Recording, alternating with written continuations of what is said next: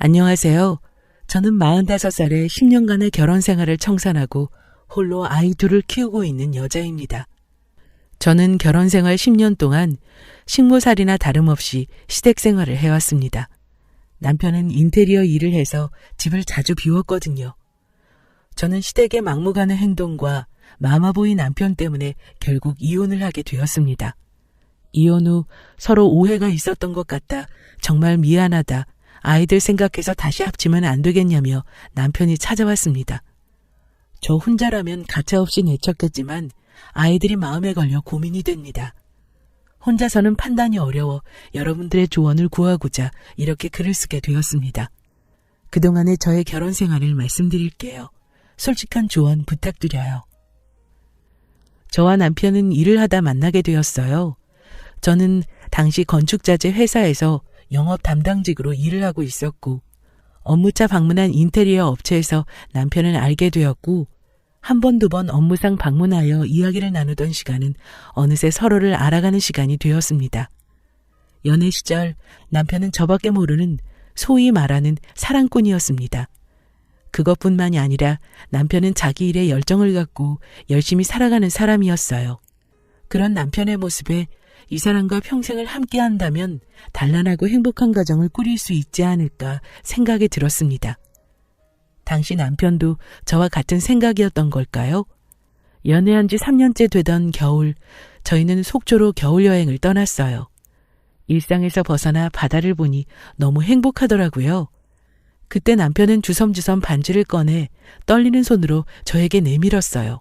성희야, 내가 많이 부족하지만 너랑 같이 살아간다면 정말 좋은 남편, 좋은 아빠가 될 수 있게 많이 노력할게. 정말 많이 아껴주고 너만 생각하고 살아갈게. 나랑 결혼해 줄래? 그 큰 덩치에 덜덜 떨리는 손, 울먹이는 목소리라니. 그 모습이 너무도 사랑스럽고 고마워 웃음이 나더군요. 제가 그 사람을 밀어낼 일이 어디 있겠어요. 저한테도 너무 고마운 사람인걸요. 저는 덜덜 떨고 있는 그의 손을 꼭 잡아주었어요. 당연하지. 나도 지철 씨 옆에서 좋은 아내, 좋은 엄마로 살고 싶어. 너무 고마워. 그렇게 저희는 3년 연애를 마치고 결혼을 약속하게 되었습니다. 결혼을 약속하고 자주 왕래하게 된 시댁은 화목하기 그지없는 환경이었어요. 그 화목이 너무 지나쳐 독이 되어버렸지만요. 성희야, 지철이가 아무래도 이곳저곳 많이 다닐 텐데 신혼집은 우리 가까이 구하는 게 어때? 아무래도 혼자 덩그러니 있는 것보다야 가끔 들러서 같이 저녁도 먹고 하면 좋잖아. 그래 여보, 나도 당신 혼자 두고 출장 다니는 게 마음에 걸렸는데 엄마 아빠 옆에 가까이 있음 나도 마음이 더 놓일 것 같아.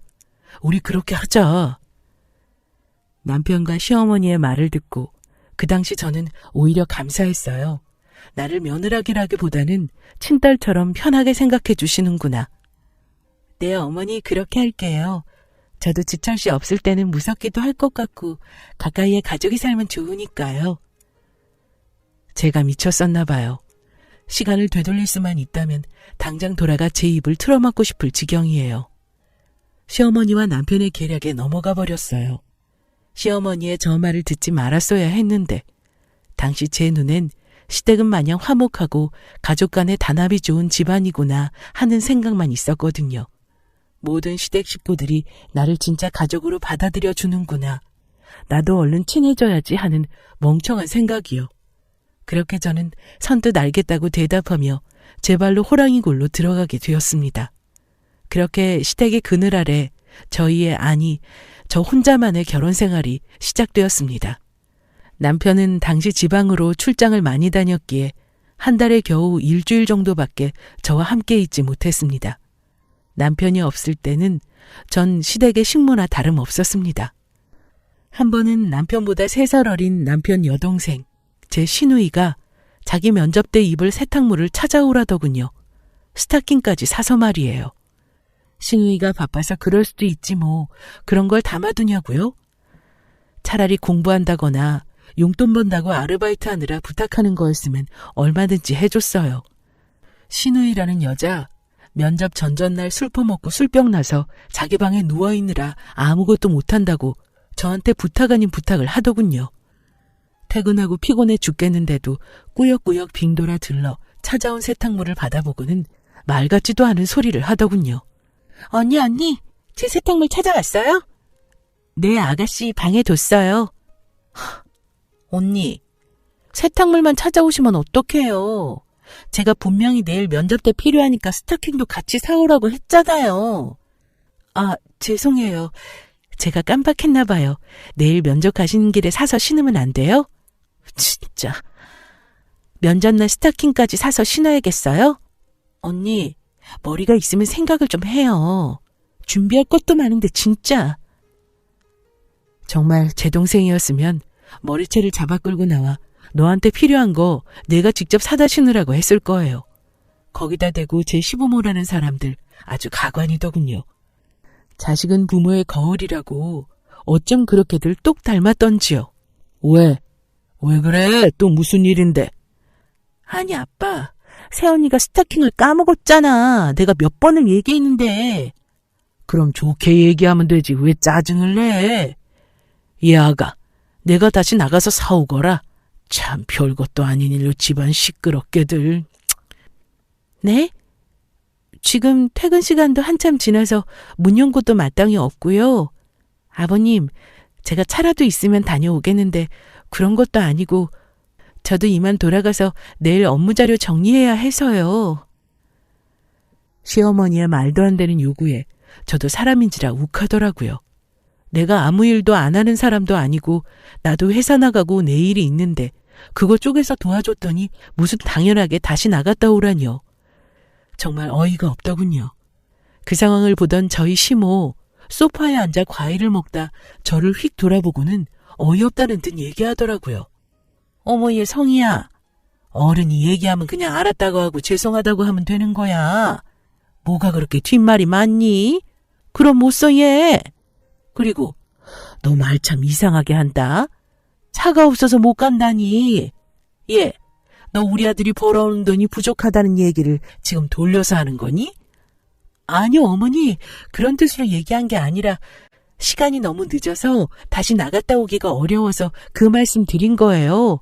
오해하지 마세요 어머니. 예, 사람이 말을 할 때는 생각을 하고 말을 해야 하는 거야. 내가 그렇게 얘기하면 듣는 너희 시아버지나 내 입장에서는 당연히 그렇게 들리지 않겠니? 아, 엄마, 됐고, 언니 어떻게 할 거예요? 나 중요한 일 있을 때 그거 빼고 다른 건 신경 못 써요. 언니가 사오기로 한 건데 못 한 거니까 책임지고 아침에 출근하기 전에 사다 주고 가던가 하세요. 네, 아가씨. 중요한 날인데 미안해요. 죄송해요, 어머니, 아버님. 앞으로 주의하겠습니다. 이만 들어가 볼게요. 아직도 생각하면 어이가 없네요. 중요한 날에 다른 건 신경 못 쓴다는 인간이 대체 술은 어떻게 그렇게 퍼마실 수 있는 거며 시부모란 인간들은 얼마나 자격지심이 있길래 사람 말을 그리도 꼬아서 듣는 건지. 제가 싹싹한 성격 탓에 기본급의 성과급까지 하면 남편보다 돈을 많이 벌거든요. 그날 그 대화로 그 집구석을 알아채고 빨리 거리를 두었어야 했는데 저는 또 제 탓이겠거니 하고 참아 넘겼습니다. 사람이 호의를 베풀면 권리인 줄 안다고 하잖아요. 제 시댁이 딱 그 꼴이었어요. 예 아가, 퇴근하고 오는 길에 장 좀 봐와라. 예 아가, 이 밤에 너희 시어머니 친구들이 왔지 뭐냐. 와서 상 좀 보거라. 아가, 성희야. 우리가 집에 늦게 들어갈 것 같아서 세탁기에 있는 빨래 좀 널어주고 가라. 예, 아가. 결혼 생활 내내 제가 귀가 닳도록 들은 단어였습니다. 나중에는 환청이 들릴 정도였어요. 그뿐인 줄 아세요? 핸드폰 전화벨 소리, 문자 오는 소리까지 치가 떨리더군요. 그래도 제가 버틸 수 있었던 건 한 달에 일주일, 많으면 열흘 동안 남편과 함께 하는 시간 때문에 버틸 수 있었어요. 저 정말이지 남편이 오는 날을 늘 목이 빠져라 기다렸어요.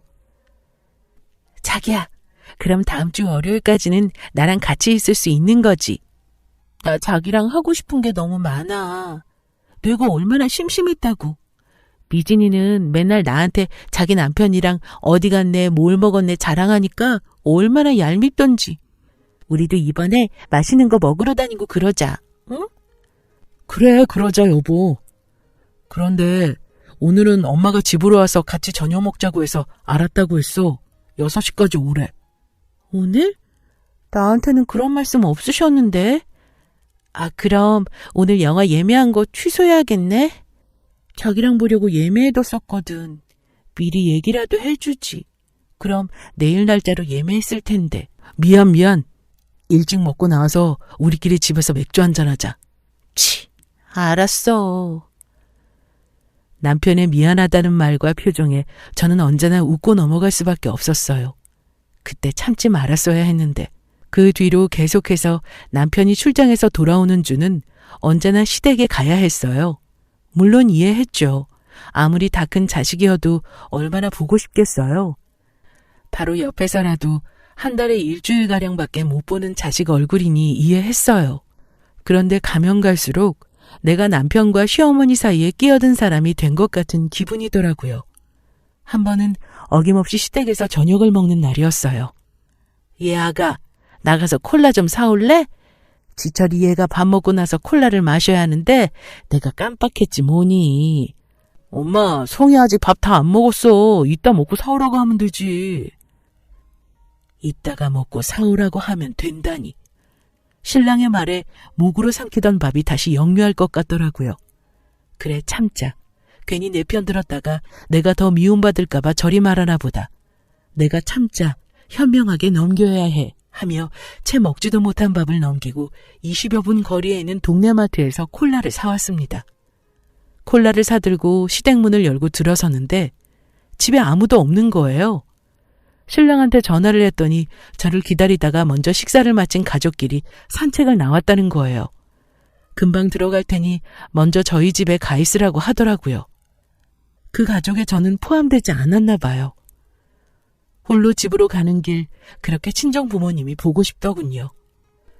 차로 2시간이면 가는 거리를 가지도 못하고 코앞인 시댁은 문지방 닳도록 드나드는 제 꼴이 세상에 이런 불효녀가 없더라고요. 저 그래도 참았습니다. 내가 이 집에 적응하지 못해서 스스로 이방인으로 느끼는 거라고 생각했거든요. 그 후에도 남편이 출장에서 다녀와 집에 와도 저와의 시간은 없었습니다. 언제나 시댁, 그놈의 시댁. 저희는 늘 시댁에 있었어요. 둘이서 오붓하게 영화라도 볼라치면 전화가 와요. 저녁 먹으러 오라고 다 차려놨다고. 그럼 영화를 취소하고 시댁에 가요.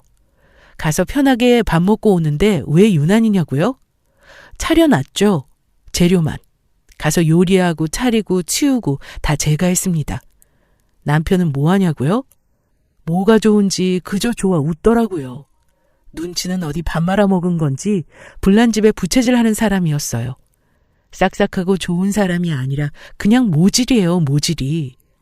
하도 시댁에 불려가 있어서 친정 가자는 얘기도 맘 편히 한 적이 없어서 친정 한번 다녀오려면 저희 시어머니한테 온갖 소리는 다 들어야 갈 수 있었어요.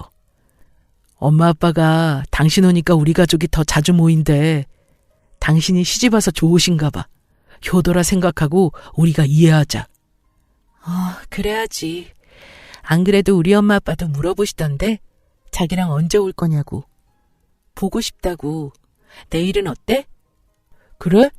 그럼 오늘은 저녁만 먹고 일찍 가야겠네. 엄마 아빠 우리 저녁만 먹고 일찍 가볼 거예요. 잡지 마요. 내일 처가 가야 해서. 어머 아들, 내일 이모 온다고 했어. 이모 얼굴은 보고 가. 괜찮지 아가? 그럼 거기다 대고 안 괜찮다고 할 며느리가 대한민국에 얼마나 될까요? 시어머니라는 인간 속이 훤히 보이더군요. 다음날 이모님이 오셨어요. 한시라도 빨리 친정에 가고 싶어 아침 일찍부터 시댁으로 달려가 부랴부랴 음식하고 인사하고 이제 친정에 갈 수 있겠다 조마조마하고 있었어요. 그런데 저희 시어머니 계속 붙잡더군요. 그때 알았어요. 그냥 당신 아들이 처가에 가는 게 싫은 거구나. 당신 아들이 나랑 있는 게 싫은 거구나. 처음엔 식사 대접하고 가라. 식사를 마치니 과일 좀 내주고 가라. 이모가 술을 사오셨으니 술 한 잔 드리고 가라. 그러다 보니 저녁이 훌쩍 넘었고요. 남편이란 사람 술에 취해서 운전은커녕 걷지도 못할 지경이었어요. 엄마, 김서방이 갑자기 일이 생겨가지고 다음에 가야 될 것 같아. 아이고, 일이 먼저지. 신경 쓰지 마. 얼른 김서방 저녁이라도 챙겨서 일 보내. 어여 끊어. 응, 엄마 미안해요. 아빠한테도 나 혼자라도 다음 주에 간다고 얘기해줘. 혹여나 밖에 들릴까 다용도실 구석에 들어가 통화를 마치고 나오는데 정말 제 자신이 초라하더군요. 그래도 참았어요. 내가 좋아 선택한 사람이니 참고 살아가자. 시간이 흐르면 적응이 될 거다 하고 말이에요. 고생 끝에 낙이 온다고 결혼생활 5년 만에 드디어 소중한 우리 쌍둥이들이 와주었고 우리 아이들 덕분에 결혼생활 중 유일하게 시댁에서 벗어날 수 있는 순간이 왔었어요. 정말 행복했어요. 이제 우리 아가들과 남편과 저 이렇게 네 가족이 되겠다. 아이들이 태어나면 드디어 남편과 내가 가족을 이루겠다. 안심이 되더라고요. 저는 남편에게 어차피 당신 출장 때문에 집에 가끔 들르니 친정에서 지내겠다 했어요. 남편도 알겠다며 자기가 처가로 가면 되니 가 있으라고 하더군요. 저희 시어머니요? 안절부절 난리가 났었죠. 제가 걱정이 돼서가 아니라요. 당신 아들 핏줄이 걱정돼서요. 당신이 산후조리까지 해주겠대요. 제가 미쳤습니까? 완강히 싫다고 했어요. 두려웠거든요. 시댁에 있다가는 아이들이 잘못될 것 같았어요. 그런데 저희 시모 뭐라고 했는 줄 아세요? 아니 쟤는 왜 자꾸 친정에 가 있겠다고 하는 거야? 우리 집안 씨가 아닌가 왜 자꾸 친정에서 애를 낳고 오겠대? 피가 거꾸로 솟더군요. 그래도 참았어요. 엄마 감정을 아이들이 그대로 느낀다면서요. 참았어요. 내 아이들을 위해서. 그나마 다행히 남편이 먼저 버럭하더군요. 임산부 앞에서 못할 소리 한다고. 성이 데리고 친정에 가 있을 테니 더 이상 얘기하지 말라고. 이 인간이 웬일로 눈치가 있더군요. 그렇게 저는 친정에서 태교를 하게 되었죠. 막달이 되고 진통이 느껴져 병원에서 대기하고 있었어요. 진통이 너무 길어져 병원과 저희 친정 부모님도 어서 제왕절개로 아이를 출산하자고 얘기했지만 저희 시모 아이한테 안 좋다고 끝까지 자연분만 하라는 거예요. 산모가 위험할 수 있다고 그렇게 얘기를 하는데도요. 저희 친정 어머니 아버지 입술이 터질 정도로 꼭 깨물고 계셨대요. 그 와중에 시부모는 계속 자연분만을 고집하고 있었고요. 출장을 간 상황이라 자리에 없던 남편은 아이를 낳았냐 전화를 걸어왔고 시모는 산모가 시원찮아 아직이라 대답하니 사람 죽일 일 있냐고 당장 수술하라고 소리를 쳤대요. 그 덕에 겨우 수술을 할 수 있었어요. 그렇게 힘겹게 맞이한 우리 쌍둥이들은 제 인생의 가장 큰 행복이자 낙이 되었습니다. 물론 시댁의 간섭은 배가 되었지만요. 우리 아이들 오시면 먹을 것들 제가 원하는 대로 한 적 손에 꼽혀요. 다 시어머니 뜻대로였거든요. 애들은 이걸 먹여야 한다. 옷은 이렇게 입혀야 한다. 애들이 왜 기침을 하니? 왜 애가 저렇게 걷니? 그 많은 질문의 결론은 누군지 아세요? 저 때문이래요. 저희 둘째가 첫째에 비해 약하게 태어나서 알레르기도 많고 잔병치레가 좀 많았어요. 저희 시모 둘째 아이 보고 지 엄마 피를 많이 받아 약한 것 같다고. 다행이라면 다행인 게 5년이 지나니 그런 말 귓등으로도 안 들리더라고요. 무시했어요. 저희 집 문을 비밀번호 누르고 마음대로 열고 들어와도 마음대로 저희 집 살림 가지고 가도 그러려니 했어요. 저한텐 우리 쌍둥이들과 눈치는 없지만 그래도 남편이 있었으니까요. 결혼 10주년을 한 달 앞두고 남편이 제 손을 잡고 얘기하더군요. 여보, 내년이면 우리 집 지을 수 있을 것 같아. 당신이 계속 얘기했던 2층 집으로 내가 지어줄게. 그동안 우리 쌍둥이들 혼자 돌보느라 너무 고생했어. 우리 연애할 때 내가 당신 행복하게 해준다고 약속했는데 고생만 시킨 것 같아 미안해. 알긴 안 해. 나 고생 많이 했어. 당신 그거 알아야 돼. 이사가는 집엔 당신 나 우리 준우 준서만 사는 거야? 그래. 우리 가족만 살자. 드디어 우리 가족의 삶을 살 수 있구나.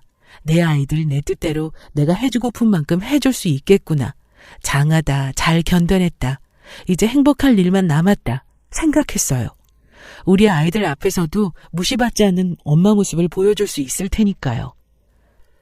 시부모님께 찾아가 말씀드렸어요. 저희가 아이들이 크고 뛰어놀 것을 생각해서 주택을 지어 이사 가려고 한다. 난리도 아니었어요.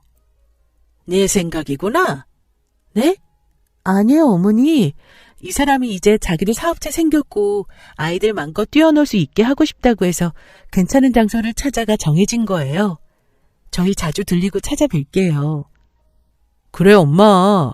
왜 그렇게 생각해? 서운하게. 아주 여자 하나 잘못 들여서 부모 자식 간의 사이가 갈라지는 거야. 참 무섭다, 무서워. 갈 거면 가. 대신 너희 우리 옆에서 떠나면 나는 너희 다시는 안 본다. 내가 연락하면 준서 준호나 보내. 그렇게 할 거면 이사 나가. 말이 안 통했어요. 이번에도 제 잘못이었죠. 제가 남편을 꼬드겨서 시부모님이랑 남편 사이를 갈라놓으려 이사를 가자고 한 거고 남편이 부모님 뜻에 맞게 대답하지 않은 것도 제가 시켜서 그런 거래요. 제가 못돼 먹은 여자라서 그렇다고요. 앞에선 내내 하면서 뒤에선 시부모 무서운 줄 모르고 자식이랑 이간질 시킨다고요. 무서운 년이라고. 마지막까지 참을 수 있었어요. 전 정말 이사를 가고 싶었거든요. 단 가정을 지키면서요. 정말 차분히 조곤조곤 얘기했어요. 어머니, 저 이 사람한테 들쑤시거나 이간질 한 적 없어요. 오해하시게 설명을 드려 죄송해요. 저희 자주 찾아뵐게요.